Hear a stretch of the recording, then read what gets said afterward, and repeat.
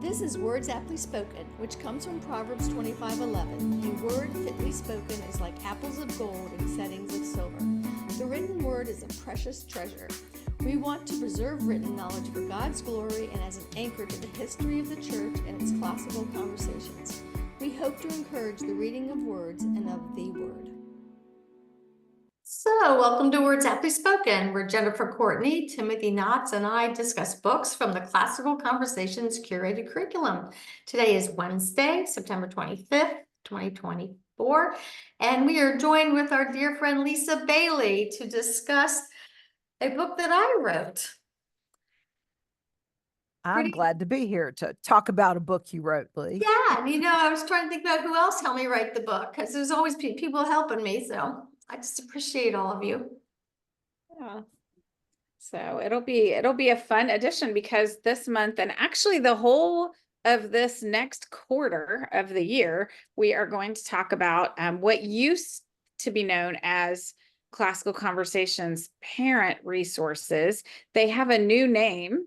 And I love the new name, and it is Cultivating Christian Leaders. So when you look in our catalog today, those resources are titled that way. And I actually got to spend an hour and a half yesterday with our book reps here in St. Louis talking about those resources. So this is fun. My life is very unified right now. I talked to them yesterday. I'm Awesome. talking to you guys today. So we're going to keep going in that same theme for the rest of 2024. So this month already, we have discussed how to develop a brilliant memory, which is very practical tips on how to memorize lots and lots of information. And that was I had to miss it. But rumor has it that you guys played a lot of fun games. So if you missed that one, go find it on YouTube. We talked about the Paideia of God by Douglas Wilson. So we went from fun games to the most important reason, deep thoughts about raising your children and ushering them into Christian living. And now we're going to talk about Echo and Celebration that our lovely Leigh wrote. So that's so great. And so looking forward to that. And I'm hoping you guys ask me a lot of good questions.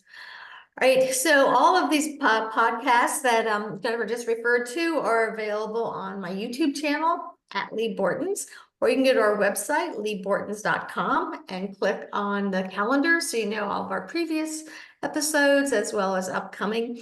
And then past episodes are all archived there also. And we have links so that you can go ahead and purchase any of the books that we are going to be talking about. So thanks for joining us, and I look forward to this conversation. So let's get started, Jennifer.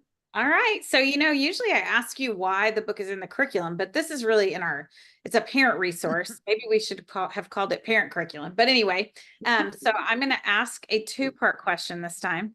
Why did you write the book, and what does the title mean? Good.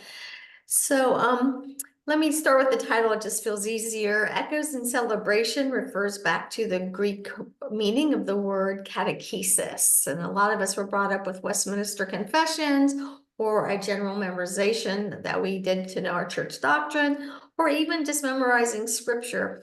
And when we were beginning classical conversations, whether it was memorizing your math tables or memorizing scripture, just memorizing we were being told was a dumb thing. That it was just rote memorization, that was boring education, that life could be just so much more. And that's when I was studying for my DMin with Gordon Conwell on global church-based education. And I met with one of the professors there who'd written an essay about how catechism, the roots were echo and celebration, and that we should be doing it joyfully in response to all that the Lord's given us. And so that just really resonated with me because we were working on memory work and the recovery of that. And, for a lot of people, they may not, this will make sense. I knew memory work was important, one, because anytime my kids did something, this song would pop in my head, different songs that my mother had made us memorize. And then I knew you had to memorize your math facts, like when people were no good at math, and then I'd see if they knew their facts. No, they didn't know their facts. Like, you got to memorize. That's just what you have to do. But I didn't know then as much as I do now about why that's true. So the book in some ways is very, probably my poorest written book, because it was one of my first books that I wrote, and I did it without a professional editor, and that was 25 years ago. And I have learned a whole lot since. In fact, there's nasty colons and semicolons and commas and things. I know how to use them now, so I don't know if you did back then. But people just wanted to know how was the classical conversations get started. So the book is kind of a mix of why memory work and just what our life was like as a family as we were starting classical conversations. Yeah. And I love, because ever since I've known you, you and I have been talking about that idea of echoing and celebration. And so we have the catechesis wheel in the catalog where we go from learning all about the subjects and how they are ordained by God and tell us more about him and how they're connected to one another. And that's one of the ways that we get to echo and celebration together. So you and I have spent a lot of time over the years talking about how what we study leads us to fall down and worship and to rise up and serve. So this is a big idea for us. Right, and so often when, because we live in such a centrally planned world that we don't really have this thought until you're a parent. And it's those aha moments your children have where they just echo in celebration, some wonderful thing they just learned. All new knowledge is always surprise. It's always interesting. And if it's not, either you weren't paying attention or you already knew it. So it was kind of dulled. And just as we're raising children, every day something new is learned by them. And for both the adults in the room and the children to go, wow, I just learned something. That's important. Yeah, absolutely. And what's one of the fun things we get to do, I think, as homeschooling families, is to rediscover things. So we might be tired of talking about Columbus and his voyage and getting to the New World, but there's something about reading it again with your kids that allows you to be surprised by it all over again and to celebrate. So that's fun. All right. So Tim, you read a lot of books. I know this is a thing I know about you. And our families like to go book shopping together. So how does the tone of this book strike you? And did you like, it's full of personal stories. So how was that helpful to you? Yeah, it's really different from the other books that we've read this month. I think they're all useful and helpful in different ways. The Paideia of God is,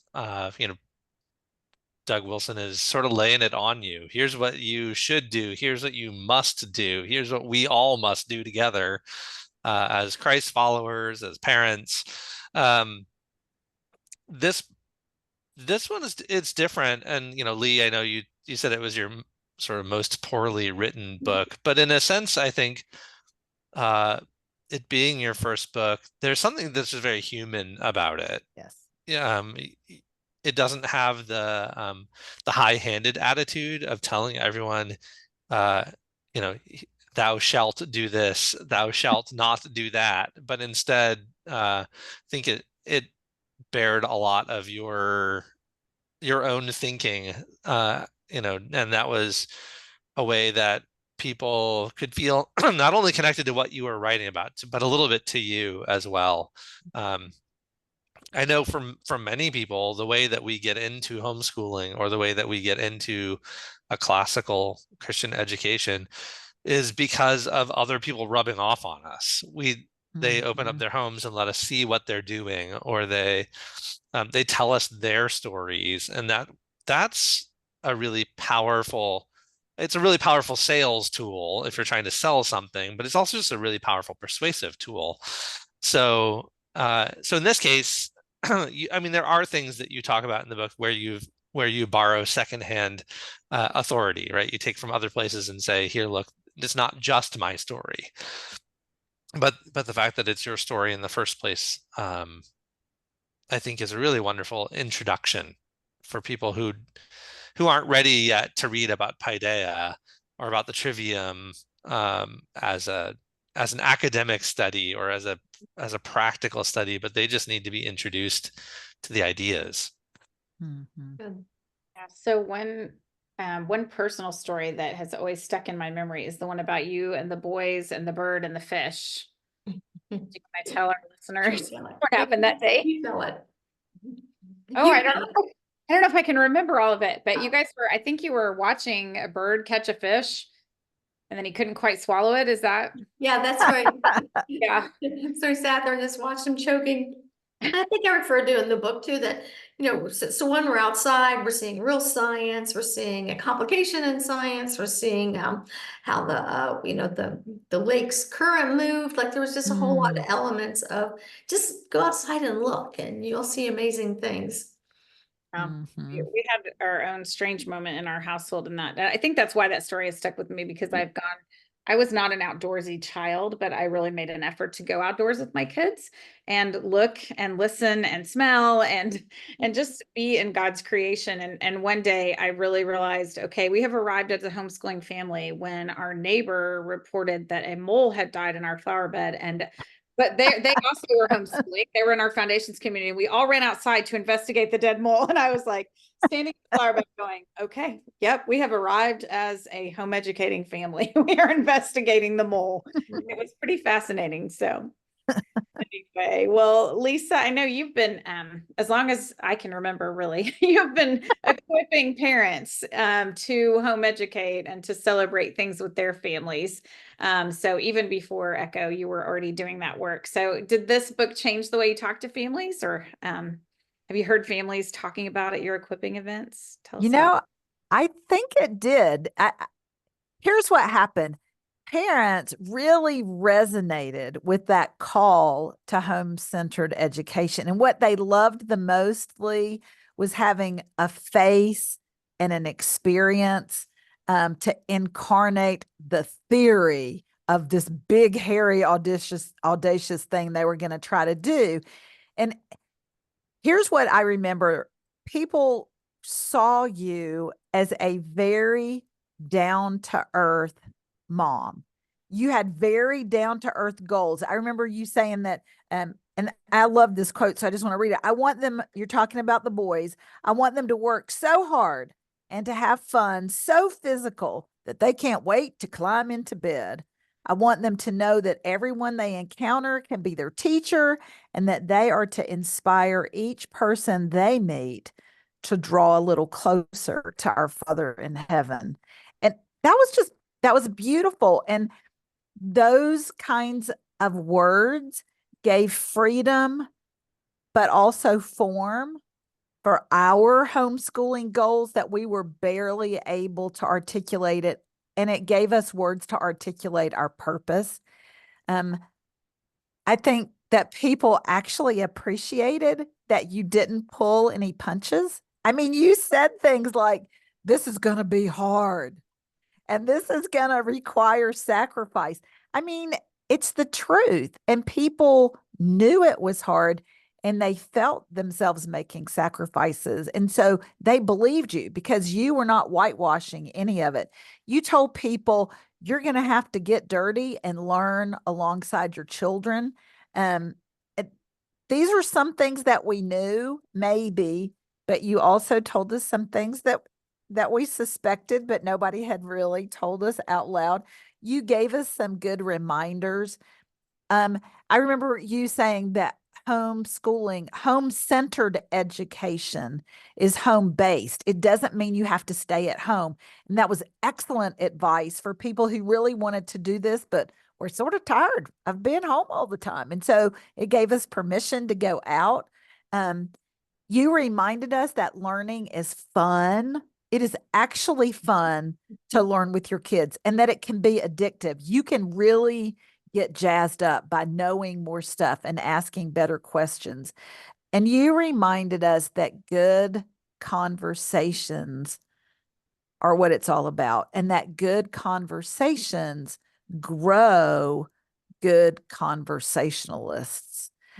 I sort of think what you offered people was hope, right? That this can be done and that maybe we're not crazy and there's some other people who'll do it with us.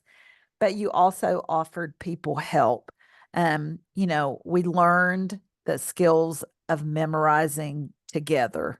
My girls were super fast and they were way better at the timeline than I was. And I had to go back and get those skills. And you helped our family have good conversations, not just about academic stuff, but about life. And that has stood the test of time because my girls and their husbands still like to come home and have good conversations. But I think that the thing that has helped more families than anything else was your reminder that we as parents need to recognize that we are building character in our families. We're not just building academic knowledge or smart people or even the skills of learning. We are growing beautiful humans who know how to worship God. It's the main thing. All those things you said very kindly. So it made me think about, I should probably say something about the title of the book. Mhm. I'm calling it, the subtitle being home-based or home-centered education. And it's something I'm still struggling with because I'm getting better after 27 years of doing this. I'm, explaining it to people, explaining home education. I mean, homeschooling is not school at home. Right. And that's what I was trying to say there. I didn't know how to. Apparently, I still don't. But I've started to say home education more often than homeschooling, trying to distinguish the difference. And Mhm. what's really interesting to me is that our team was recently with the 35 or so leaders across the United States that run state homeschool organizations. And I've been homeschooling 41 years now, and they still think classical conversations isn't really homeschooling. Right. And so I'm like, what is really homeschooling? So I guess I have to write another book. There you go. Yeah. I was thinking that about your title, home centered, because that was a revelation to me. So I had a lot of families in my church who were homeschooling. That was my first introduction to it. And Mhm. then they gave me a copy of The Well-Trained Mind for a baby shower gift, which was interesting. A big book for a first-time mom. But then when I did meet you, and then I read Echo, and you and I had some conversations about home-centered versus always being at home. I don't think I really understood what you meant until many years later when I was doing the science fair with Ben, and we couldn't get his circuit board to light up, which was very frustrating for me. I'm not an electrician, so I don't know anything about circuits, and the dang thing wouldn't light up. And so I said, well, Ben, what do you think we should do about this? And he said, well, I think we should go to Radio Shack. And so we did, and there were all these hobbyist electricians in there, and they took our paper bag of supplies and flattened it on the counter and drew circuits and taught him about how circuits are open and closed. And then they fixed his circuit board, all the while talking to him about the fact that he actually had too much current going through the light, not enough. He had too much, and he was burning out the bulb every time he connected it. And I stood there and thought about all those conversations you and I had, Leigh, about finding resources and having home outside the home, that it was my job not to know about the circuits, but I was learning alongside him. And I found some Right. resources of people who were super willing to help us. Everyone in the store was clustered around our teaching us about electricity. And that was my moment when I realized, oh yeah, we can really do this. We can go out. Our home can be our base, and we can go out, and we have all these resources. So good. Good. Yeah. I think it's believe it or not, we're at the midway point, Leigh. Oh my. Yeah. Okay, so I just really want to thanks classicalconversationsbooks.com, who is the sponsor of this podcast. And of course, they love that sponsor us, because we recommend that you go to classicalconversationsbooks.com and buy the books that we're discussing. You can look at Leigh Bortins. It's at Leigh Bortins, my YouTube channel, or you can go to leighbortins.com to get a hold of the list from 2023 and 2024. And we are working on the 2025 calendar. So hopefully we'll be able to continue. You know what, even if nobody else listens to us, every time I'm with you guys, I learn something more about the Lord, and I'm just a fatter soul because of it. So I'm just so excited that you're willing to do this each week with me. So we invite other people to join us too and to listen. So, all right. So, Kasha, are we going to listen to what I said? Am I going to find lots of things to edit? I don't know. Maybe we are going to get to our deep read. I think I may have gotten lost listening to you. Did you announce next week's? She did not. It's a good thing. It's a good one too. So I'll let you do that first. Okay. So the next week is I don't know. Oh, it's Honey for a Child's Heart by Gladys Hunt. That's in my notes. Well, I'm so glad it's Honey for a Child's Heart. Yeah. That's one of those, that book's been around for so long. It's one of the very first books as a new parent I read. And of course, being a voracious reader, to have a whole book of lists of other books for me to read Yes. was so great. So that'll be a wonderful way to look at what CC books are inside Honey for a Child's Heart, as well as other books. You know, there's nothing perfect about the CC curated curriculum. There's a lot of Mhm. thought that's put into it, but we could have had 80 other pieces of literature and still Right. have this good of a curriculum. So that will help people stretch their reading. I'm excited about that for next week. All right. So Tim is our resident New Englander. The rest of us are either Midwesterners or Southerners. I guess it's Oklahoma in the Midwest. Anyway, I won't get distracted, but Tim is our resident New Englander. And so we're going to let him read this first part of the book because that seems appropriate and right. This is right from the very beginning of the book. Leigh wrote, "One of my favorite books is Exuberance, The Passion for Life by K. Redfield Jamison. The first chapter, read in a restaurant, inspired me to walk a mile in 35-degree weather past a windy New England waterfront, rather than take a taxi, just so I could feel more of life. I was very cold, but I spent 30 minutes reveling in a fisherman and a bright yellow dory, the song of automobile wheels on a 100-year-old bridge, a set of armor on a porch, lace curtains in a colonial window, and lots of hellos to bundled up strangers." Just a quick aside, those hellos must have been Leigh saying hello, because here in New England when it's wintertime, we don't say hello. She goes on, "I live and breathe life and learning. Jamison's book made me want to share with anyone who would listen the joy and enthusiasm that results from living a life grounded in the exuberant love of learning, or rather playing hide and seek with God as he reveals his creation." Proverbs 25:2. "Life may often be very hard, but it should never be really boring." Consider Jamison's words. "It is the infectious energies of exuberance that proclaim and disperse much of what is marvelous in life. Exuberance carries us places we would not otherwise go, across the savannah, to the moon, into the imagination. And if we ourselves are not so exuberant, we will, caught up in the contagious joy of those who are, be collectively inclined to go yonder. By its pleasures, exuberance lures us from our commonplaces and quieter moods, and after the victory, the harvest, the discovery of a new idea or an unfamiliar place, it gives ascendant reason to venture forth all over again. Delight is its own reward, adventure its own pleasure." You know, I haven't read that book since that year. I got to go get it again. I Oh, did. I just enjoyed it so much. Mhm. And one of the things that was interesting about the book was that she was struggling with mental illness. And so even though there was so much joy in the book, there also was lots of reality and things where she overcame. And so the book's inspiring, and of course it inspired me. Yeah, I think about this one, and then also Annie Dillard's The Pilgrim at Tinker Creek is the other one that Yes. always inspires you to go out and look again and delight in the things that you see and hear that you wouldn't normally otherwise pay attention to. Say that title and author again. Oh, it's The Pilgrim at Tinker Creek by Annie Dillard. It's an excellent book. And the thing that's different is it's poetic. Like Jamison's her prose is very poetic, but Annie is just so good at writing poetry.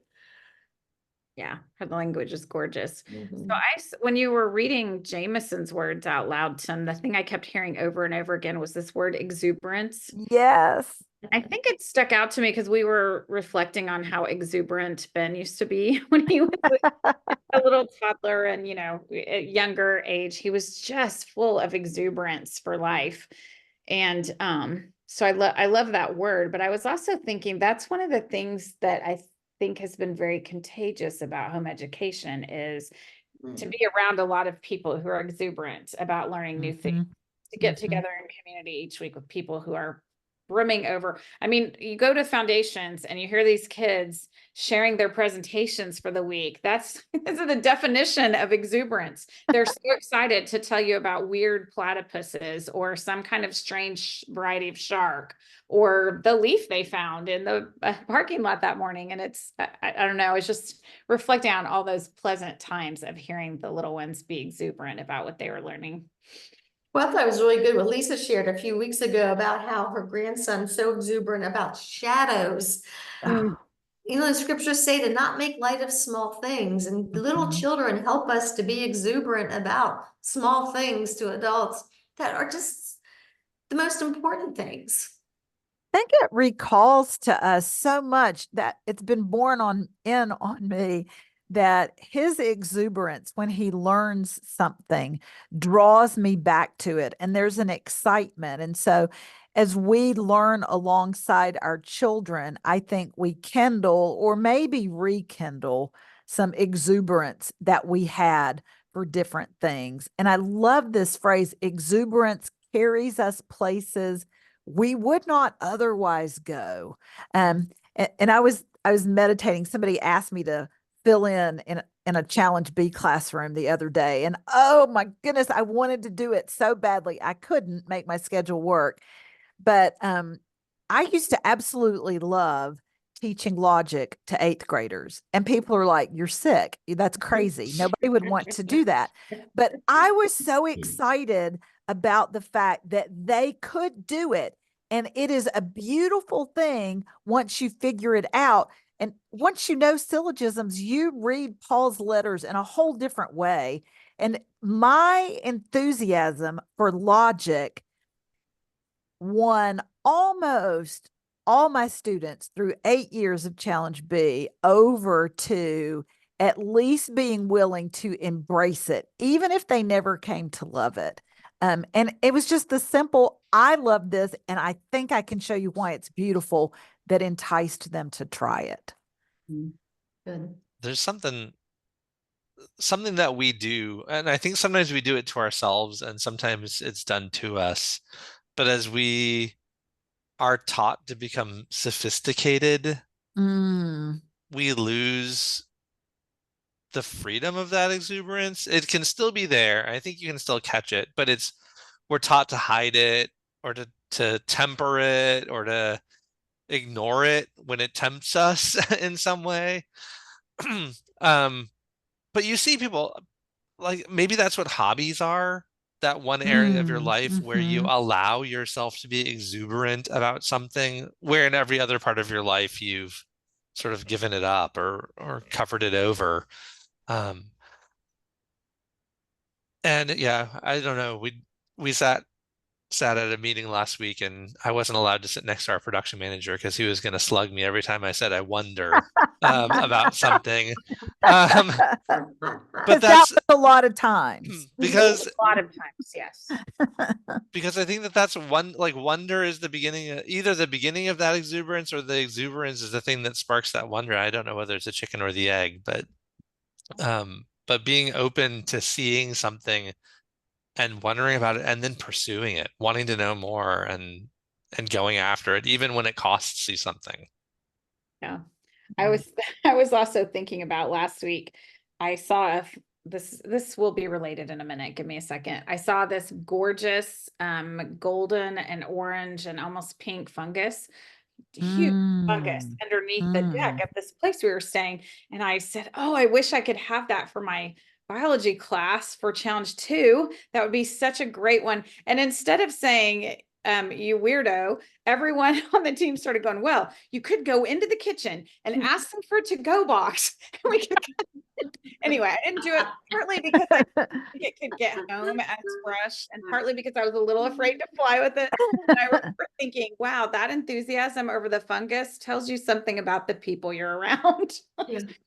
That's true. Since we're trying to recover homeschooling for the parents before the children, because we know if the parent's not active and encouraging, It's just hard. And I remember years ago when I would speak, and we didn't know we were doing it, and we didn't really know what the results were going to be because it was so new. But I would tell people, look, just look at the adults in the room who are doing this. Don't you just want to hang out with them? And Yes. that's the reason that the parents are exuberant too. Yep. Yep. Exactly. Even over a fungus. I mean, you know. That's great. Well, why not? Yeah. Well, I mean- Lisa, you've already kind of raised and shepherded your daughters through your home-centered education. So do you want to read us the next part of the book and we'll talk about it? Yes, yes, I would love it. A culture of learning occurs when parents know and behave as if they, and not a school principal or a headmaster, are responsible for their child's education. As I said earlier, I'm not proposing a simplistic formula for anyone, as every family situation is different. I'm proposing an idealistic goal, and then I hope you will actively direct and take responsibility for your child's education. Home-centered education will be more difficult for some families than for others. No matter how unfavorable the conditions, you have the exciting task of discovering your children's gifts while challenging them to apply their strengths and the Lord's power to overcoming weaknesses. It is very hard. It is very hard work to wisely direct children's curiosity while guiding them to live a God-centered life. Did I say it was hard? Very hard. I'll say it again. It is very hard work to disciple a child's heart, mind, and soul to love the Lord and his or her neighbor. But it is a work you can love and love sharing. It is redemptive work because it demonstrates to your children that they are more than just consumers called students. They are creatures made in God's image, and they are worthy of sacrifice. That's probably a good moment to follow up our exuberance because there are days when it's just hard work. I mean, it just, you know, I was thinking I had one who just had to work so hard at chemistry and did not have a good relationship with it and did not love it.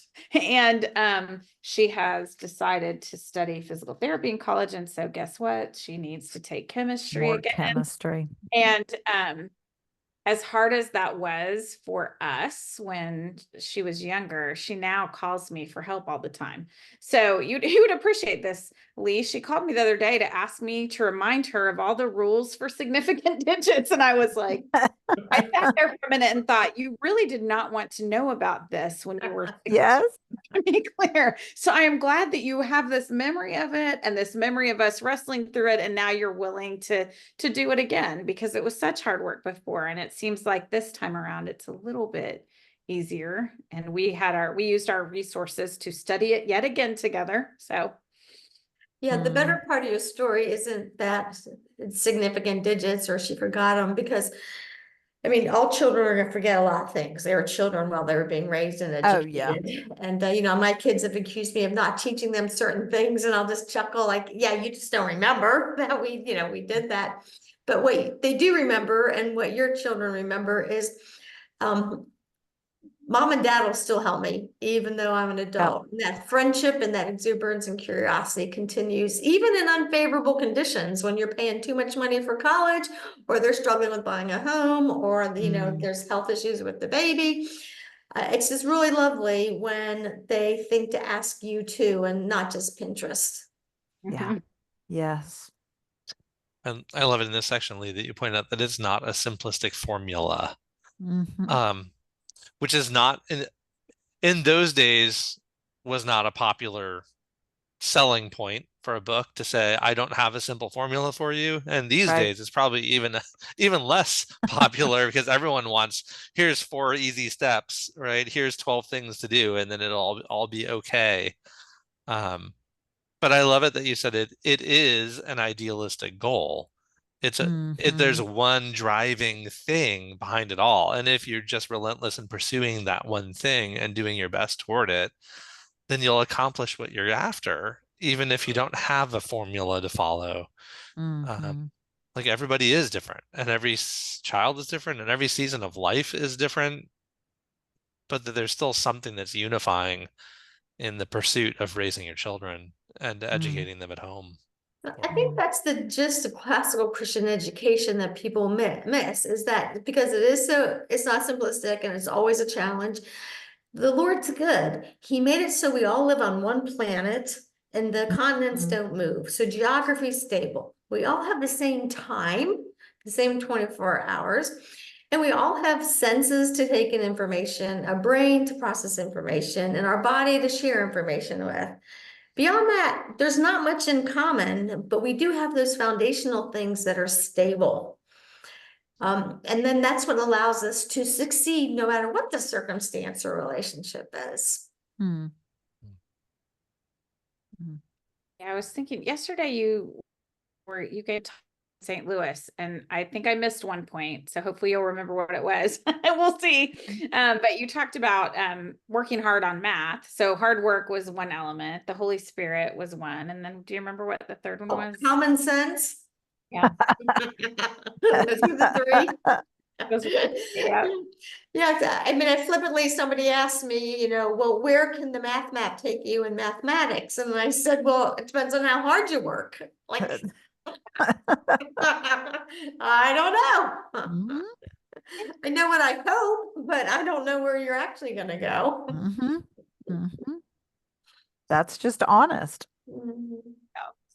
Oh, and I appreciate that's the other thing I would say that the book Echo inspired me to do, and you being around you all these years, is just that idea of just working hard at what is in front of you. Mhm. There's that scripture verse that tells us whatever your hand finds to do it with all your might. And that kind of sums up a lot of our conversation today. Mhm. So we have one last excerpt, which goes back to last week's book on or maybe the week before, how to develop a brilliant memory, the Dominic O'Brien book, and how important it is to have a well-furnished mind. And so we'll take a couple minutes on this one, and then we'll have to stop for today, but Oh. I'll read this one to us. I propose a good education teaches a child how to build a grocery store of the mind for every subject. You not only feed children information to put on the shelves of the mind, but help the student see ways to organize the information for quick retrieval. So when the mind searches for an idea or fact, you have a place where the mind's eye goes to either retrieve currently stored related facts or to shelve new facts.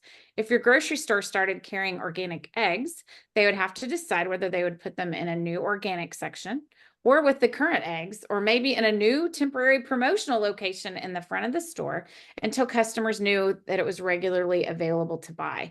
We need to teach our children to do the same thing with new facts. Are there multiple ways to pronounce a word? Is there more than one way to write a mathematical formula? Do I file a fact in just one place because I'm new at this grammar and I need to retrieve it easily until I understand it? Or can I file it in multiple brain locations?